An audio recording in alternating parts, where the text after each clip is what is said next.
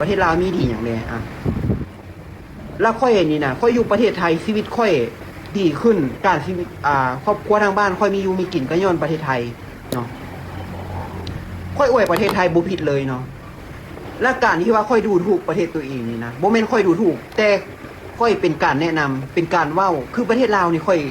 บ่เข้าใจอย่างเดียวกราบสบายดีและกราบสวัสดีพ่อแม่พี่น้องทุกๆคนที่เข้ามาเบิ่งคลิปข่อยพี่น้องคลิปนี้ก็คืออย่างที่ต้นคลิปที่ทุกคนเห็นนั่นแหละนะพี่น้องก็คือมีหนุ่มลาวคนหนึ่งนะพี่น้องหลายคนก็น่าจะเห็นแล้วก็คือกำลังเป็นกระแสดราม่าฮ้อนแฮงในประเทศลาวตอนนี้ก็คือด่ากันยับเลยทุกคนเดือดฟุดๆคือน้ำเลยนะพี่น้องก็คือมีหนุ่มลาวคนหนึ่งก็คือตั้งคำถามประมาณว่าประเทศลาวมีดีอะไรบ้างประมาณนี้แหละนะพี่น้องคนลาวก็เลยเดือดจัดเลยนะพี่น้องเนาะโอ้โหกดเลือดไปทางใดก็เห็นมีแต่ลาวคนนี้เนาะมีทั้งคนเอาไปด่ามีทั้งคนเอาไปตำหนิติเตียนนู่นนี่นั่นเนาะบางคนก็บอกว่ามีดีอย่างเนาะก็คือมีดีก็คือบ้านเกิดของพ่อแม่เจ้าอย่างประมาณนี้เนาะพี่น้องเนาะประเทศลาวมีดีอย่างก็คือคนลาวก็สิตอบว่ามีดีเพราะบ้านเกิดของแม่เจ้าเนาะพ่อแม่เจ้าอย่างประมาณนี้เนาะพี่น้องเนาะแล้วก็มีหลายคนนะพี่น้องเนาะคลิปนี้เดี๋ยวจะพาไปเบิ่งนะพี่น้องเนาะเดี๋ยวจะพาไปเบิ่งอันนั้นเนาะคอมเมนต์คนลาวเฮาสิว่าจังไดเนาะเกี่ยวกับคลิปนี้นะพี่น้องเนาะก็คือเป็นกระแสฮ้อนแฮงในตอนนี้เลยนะพี่น้องเนาะก็คือหลังจากที่ว่าบ่าวหมอแคนเพิ่นได้เสียชีวิตแล้วนะพี่น้องเนาะก็ยังมีคนแบบไปเปรียบเทียบเนาะก็คือเขาก็สิว่า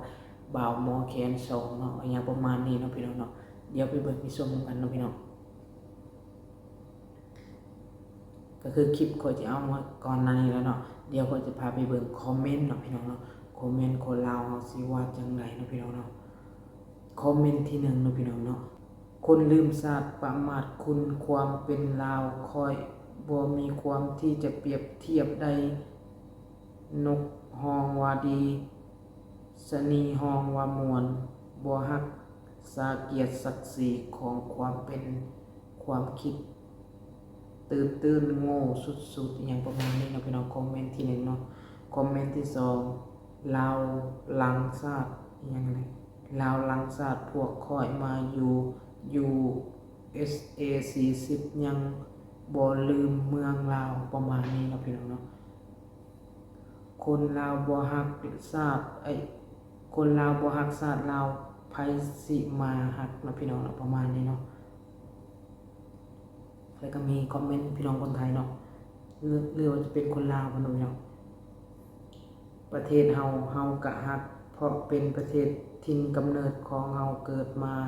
ประเทศไทยเฮากะฮักคือกันเพราะว่าเขาให้เฮาทำมาหากินพักอยู่อาศัยมาทำมาหากินสิเว้าหยังสิท่าหยังลงคลิปกะให้คิดดีๆเด้อบักหลาอย่างประมาณนี้นะพี่น้องเนาะคลิปต่อมานะพี่น้องคอมเมนต์ต่อมาเนาะก็คือชมเชยที่เจ้าไปรับจ้างที่ต่างประเทศแต่อย่าลืมบ้านเกิดเมืองนอนของตนเองเนาะพี่น้องเนาะประมาณนี้เนาะ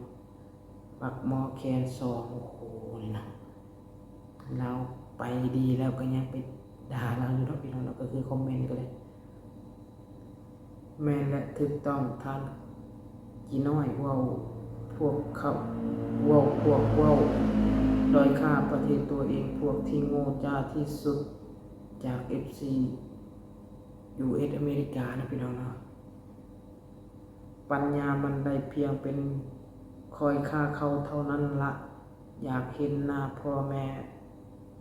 มึงเลยประมาณนี้เนาะพี่น้องเนาะก็คือค่อนข้างจะด่าแหงเนาะแม่นละถูกต้องทานกี่น้อยเว้าพวกเจ้าพวกเว้าด้อยค่าประเทศตัวเองแม่นโง่จ้าที่สุดจาก FCI USA นะพี่น้องนะคนนี้ปัญญาได้เพียงประมาณนี้นะพี่น้องนะก็คือคอมเมนต์สิอ่านสับสนกันไปเนาะสบายดีคอยอยู่ต่างประเทศบ้านเกิดคอยอยู่ลาวจิตใจอยู่ลาวการศึกษาเป็นสิ่งสำคัญประมาณนี้นะพี่น้องเนาะประมาณนี้ดีแล้วเตือนกันหน่อยอย่าด้อยค่าประเทศตัวเองผมเป็นคนเชื้อชาติไทยเกิดที่ลาวโตที่ ลาวทำงานที่ลาวคือสัญชาติลาวภูมิใจในความเป็นลาวไม่ด้อยค่าประเทศตัวเอง ประมาณนี้นะพี่น้องนะประมาณนี้คอมเมนต์ก็คือแบบว่าอันนี้จากช่อง YouTube นะพี่น้องช่อง YouTube ของคนลาวนี่แหละเนาะสื่อกี่น้อยบ่ประมาณนี้เนาะพี่น้องเนาะก็คืออย่างที่ทุกคนเห็นเนาะก็คือแบบว่าบ่คอมเมนต์คนลาวก็คือเดือดพุดๆเลยเนาะแบบว่ามีหลายคนแบบว่าคนดังๆอย่างนี้แหละพี่น้องตามโซเชียลนี่แหละเข้าไปดีแอคเข้าไปเว้าเข้าไปตำหนินู่นนี่นั่นสารพัดอย่างเลยเนาะค่อยก็หางก็เห็นนะค่อยก็เลยมาอัดคลิปลง YouTube ต่อเลยเนาะพี่น้องเนาะก็คือหลังจากเลิกงานมาก็อัดคลิปลงต่อเลยเนาะประมาณนี้นะพี่น้องนะคิดเห็นจังไดเนาะคิดว่าแนวใดเนาะก็คือเราอ่ะอยู่ประเทศลาวกับก็คือแน่นอนนะพี่น้องเนาะก็คือบ่ได้ลืมบุญคุณประเทศไทยนะพี่น้องเนาะเฮามักประเทศไทยก็บ่ผิดนะพี่น้องแต่ว่าเฮามาประเทศไทยแล้วไปด้อยค่าประเทศตัวเองมันก็บ่ถูกนะพี่น้องเนาะค่อยเห็นหลายคนได้เห็นหลายคนแบบว่าประเทศตัวเองนี่คือว่าบ่มีหยังดีเลยนะแต่เฮาอันนี้ค่อยก็อยู่ประเทศไทยนะพี่น้องเนาะค่อยก็เห็นความเจริญของประเทศไทยเนาะแต่ประเทศเฮาเนาะจริงแม้มันจะมีทางดินแดงแต่จังใดก็คือบ้านเกิดเมืองนอนนะพี่น้องเนาะก็คือเฮามาอยู่ประเทศไทยนี่นะต่อให้เฮาสุขสบายสำใดนะพี่น้องเนาะสุดท้ายสุดนะพี่น้องเฮาก็ต้องได้กลับไปอยู่ประเทศลาวหรือว่ากลับไปหาพ่อหาแม่เฮาอยู่ประเทศลาวบ่มีภัยที่จะตายอยู่พี่บ่ตรงๆเลยนะพี่น้องบ่มีภัยที่จะเสียชีวิตหรือว่าเอากระดูกกลับบ้านเฉยๆก็มันก็มีแต่ส่วนน้อยนะพี่น้องเนาะส่วนน้อยส่วนหลายแล้วทุกคนเนาะนายจ้างก็สิจ้างเฮาตอนที่เฮาเฮ็ดงานได้นะพี่น้องเนาะหลังจากที่เฮาเฮ็ดงานบ่ได้แล้วนายจ้างก็จะบ่รับเฮาแล้วเนาะบ่ว่าจะอยู่ไสอยู่ลาวอยู่หยังอยู่ไสก็แล้วแต่นะพี่น้องเนาะถ้าเฮายังเฮ็ดเวียกให้เขาได้เขาก็สิจ้างเฮาต่อแต่ถ้าเฮาเฮ็ดเวียกให้เขาบ่ได้